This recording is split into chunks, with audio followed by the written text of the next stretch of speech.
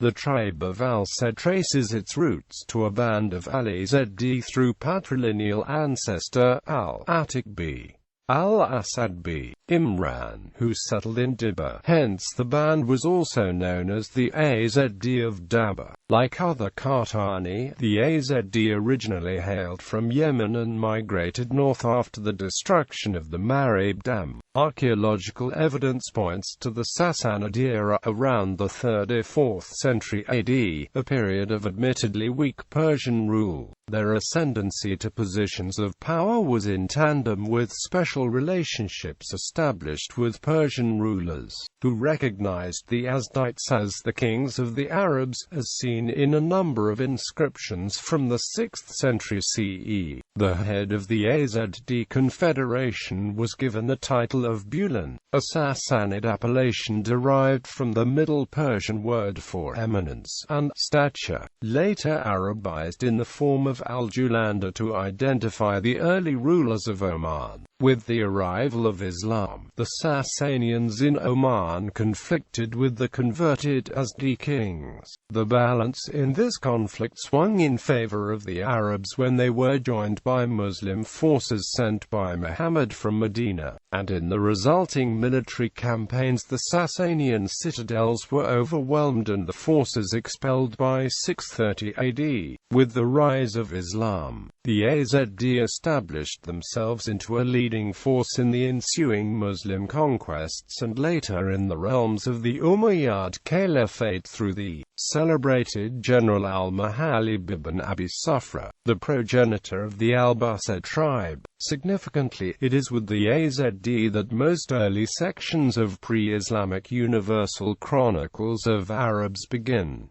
Rise to power. Ahmad bin Said al-Busidi, a shrewd military tactician, was the governor of Sohar when a Persian fleet attacked the town. He held out for 9 months, finally forcing the Persian commander of Nader Shah's army to come to terms and leave the country altogether within a few years. He was elected imam in 1744, marking the last time Oman was occupied by foreign parties and the beginning of a new unified state. It was also the start of a dynasty that has lasted to the present day, making it one of the oldest surviving royal dynasties in Arabia and the first to gain independence. His descendants did not take the religious title of imam, but sheikh, a honorific title held by members of the royal family to this day, thus relinquishing all pretense of spiritual authority while fostering Muslim scholars and promoting Islamic scholarship. Trade flourished during Ahmed's 39-year reign and the Omani navy developed into a formidable force in the Indian Ocean, second only to Great Britain and capable of purging Persia's forces from the entire region and protecting Ottoman vessels in the Gulf of Oman, Indian Ocean and the pirate coast of Trucial Oman. When he died in 1778, the ulema replaced Ahmed with his son, Said bin Ahmed, who was very religious but shrank from administrative duties,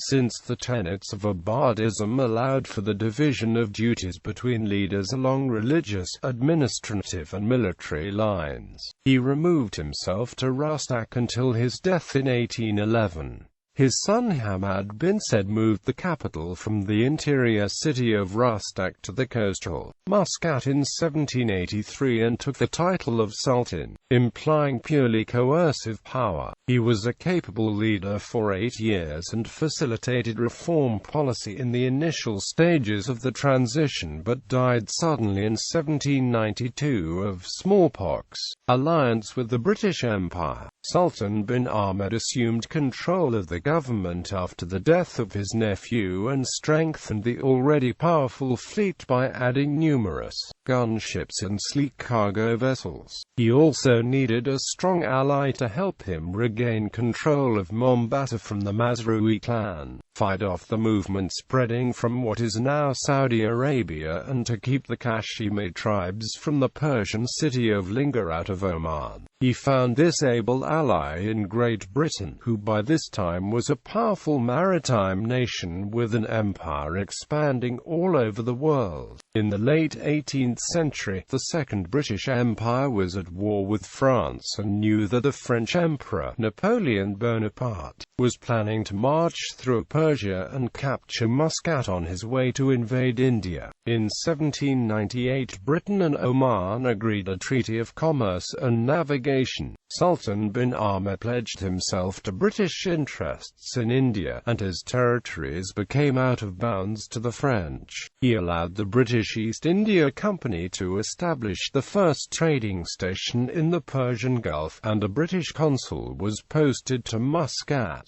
As well as defeating Bonaparte, the British had another motive for the treaty with Oman. They wanted to put pressure on the Sultan to end slavery, which had been declared illegal in England in 1772. At this time, the trade from Africa to Oman was still buoyant, and Zanzibar's position as an important trade center was bolstered further when the supply of ivory from Mozambique to India collapsed because of excessive Portuguese export duties. The traders simply shipped their ivory through Zanzibar instead. Omani warships were in constant skirmishes up and down the Gulf, which kept Sultan preoccupied. It was in the course of one of his sorties during an incursion aboard a ship in the Persian Gulf in 1804 that Saeed Sultan was shot in the head by a stray bullet. He was buried in Linga.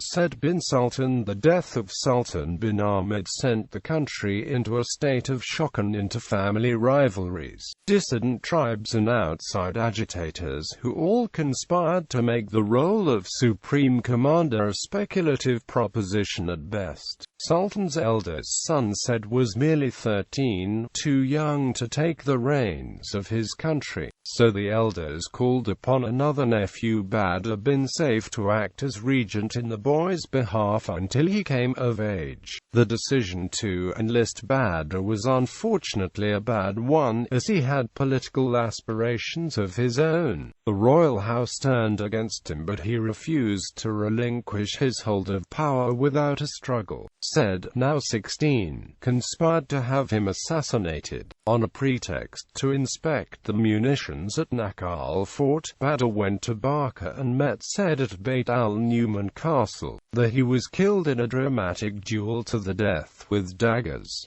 A wounded Badr escaped, but was finished off by Said's horsemen. Said immediately assumed the government and held it until his death 52 years later. He announced to the British that he had assumed power, but they were slow to respond. They acknowledged the young monarch a year later when they realized that the fortunes were best served by courting him. During the reign of the renowned Sultan Said bin Sultan, the progenitor of the House of Al-Said, he took Oman to its zenith as a commercial and political maritime power, extending its borders to include Mombasa and parts of the East African coast, Zanzibar, Pemba Island, Mafia Island, Lamu Archipelago, Cape Delgado, Bandar Abbas and the southern Iranian coast, Gwadar province of Balochistan, and for a short time Bahrain. He was counted among the best leaders as his reputation spread to the crown heads of Europe and became known as Said the Great. Few Arab leaders of any time were as well known and respected as Sheikh Said. Trade flourished and Muscat became a key market for the Persian Gulf. The celebrated explorer Richard Francis Burton called him as shrewd, liberal and enlightened a prince as Arabia has ever produced, and an Italian physician who served him for a time said, his constant love of justice and distinguished clemency, the effects of which are felt not only by his own subjects, but even by his domestic slaves. In 1832, he made the island of Zanzibar his second capital and set about establishing what is present-day Stone Town. A merchant prince and capable warrior, he spent much of his time at sea depending on mercantile and maritime resources for his power in both Oman and Zanzibar. Recognizing the suitability of Zanzibar climate and soil, he initiated large-scale cultivation of cloves and soon after sought slaves as cheap labor to plant and harvest the biennial crop. He is also noted for revitalizing the production of rice and sugarcane as well as the export of ivory and gum copal. Such was his enterprise and commercial skill that it could probably be said that he established the first international market on the island of Zanzibar. Subsequently, many countries signed commercial treaties and opened consulates. He even introduced a copper coinage to amplify the existing silver coinage of Maria Teresa thalers and Spanish dollars. Treaty with the United States on the 21st of September 1833. A historical treaty of friendship and trade was signed with the United States of America. It was the second trade treaty formulated by the U.S. and an Arab state. The United States and Oman both stood to benefit, as the U.S., unlike Britain and France, had no territorial ambitions in the Middle East and was solely interested in commerce. On the 13th of April 1840, the ship Al-Sultanah docked at New York, making it the first Arab envoy to ever visit the New World. Her crew of 56 Arab sailors caused a flurry of excitement among the 300,000 residents of that thriving metropolis. Al-Sultanah carried ivory, Persian rugs, spices, coffee and dates, as well as lavish gifts for President Martin van Buren. The visit of Al-Sultanah lasted nearly 4 months, in which time the emissary, Ahmed bin Naaman al-Kabi, and his officers were entertained by state and city dignitaries. They received resolutions passed by official bodies, were given tours of New York City, and saw sections which would, a few decades later, become colonies of Arabic-speaking immigrants. Among bin Naaman's hosts was Commodore Cornelius Vanderbilt, in whose home he met Governor William H. Seward and Vice President Richard Mentor Johnson. The visit of Ahmed bin Naaman to America was a happy one, and when he prepared to leave, the United States completely repaired Al-Sultanah and presented him with gifts for his sultan. End of Said's reign. Said made periodic visits to Muscat, leaving his eldest son Khalid as governor of Zanzibar in his absence. Khalid had a predilection for French goods and named his principal country estate Marseille after the Mediterranean port. When Khalid died of tuberculosis in November 1854, an order came from Said in Muscat appointing another son, the 20-year-old Majid, as governor. In September 1856, Said sailed for Zanzibar on his ship Qahtani in the company of his 19-year-old son, Bargash bin Said. He began to suffer severe pains from an old battle wound in his thigh followed by an attack of dysentery. He died on board the ship on the 19th of October 1856 at the age of 65. Division of Zanzibar and Oman. Schisms within the ruling family were apparent after the death of Sultan Said bin Sultan, as his sons, who had their own rivalries and ambitions for controlling the throne, quarreled over the empire. Realizing that Majid would be unaware of the father's death, Bargash came ashore secretly and tried to take control of the palace at Mtoni and the fort in Zanzibar town, but he was unable to muster enough supporters and his attempt was thwarted. On the 28th of October 1856, Majid proclaimed himself Sultan of Zanzibar. A ship was sent to Oman with the news, but Said's elder son Thalwini, who was appointed heir apparent on the 23rd of July 1844 and had long acted as his father's governor in Muscat and commander-in-chief of the Saidi forces, refused to acknowledge Majid and immediately tried to regain Zanzibar Zanzibar by force of arms. As a direct result of this struggle, the government of British India, concerned with the stability in the area, acted as arbitrator in the dispute. The Governor-General of British India, Lord Canning, ruled in his arbitration that the empire was to be divided into two separate sultanates: the Sultanate of Zanzibar with its dependencies to Marib bin Said's former governor of the East African Dominions, and the Sultanate of Muscat and Oman to Qahtani bin Said. On 10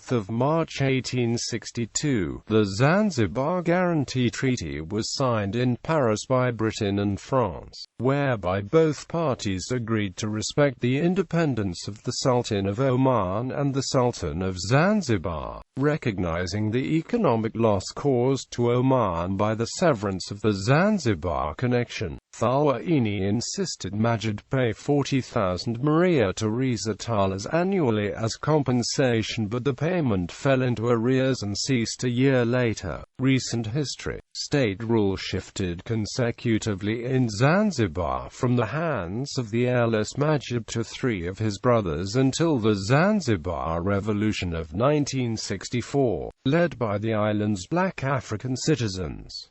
The revolutionaries' overthrew of the last Sultan of Zanzibar, Jamshid bin Abdullah. Zanzibar became a Marxist republic overnight. The clove industry was nationalized and the Sultan's hospital was consequently renamed the Vladimir Ilyich Lenin Hospital. Jamshid and his family fled to England in 1964 and settled into exile in a modest home in Portsmouth, England. He was pardoned by Zanzibar President Salman Amur on the 46th anniversary of the 1964 uprising and declared free to return as an ordinary Zanzibari citizen, but remains barred from settling in Oman. In 1868, the royal house in Oman took a brief turn through a distant line of the family when Imam Azd bin Qais started rebelling against Qahtani bin Said, with the help and encouragement of the Wahhabis in 1864. Azan eventually managed to expel Qahtani's eldest son Salim bin Qahtani, seizing power in October 1868. Under Azan, the country briefly reverted to being an imamate rather than a sultanate, although he was accepted by a significant portion of the Al-Hinayid tribe. His subsequent attempts to subdue the interior alienated the Ghafiri tribe, who in 1870 instigated a general revolt led by Salim's uncle Saeed Turki bin Said. Turki contrived to keep the office within the immediate family and re-establish his father's sultanate. Having secured the political and financial backing of the British, he managed to execute Azan, bringing the revolt to a successful end in January 1871. Succession continues through his great-grandson, His Majesty Sultan Qaboos bin Said, the present ruler of Oman and the incarnation of the country's renaissance, who has presided over an era of socio-economic modernization since 1970.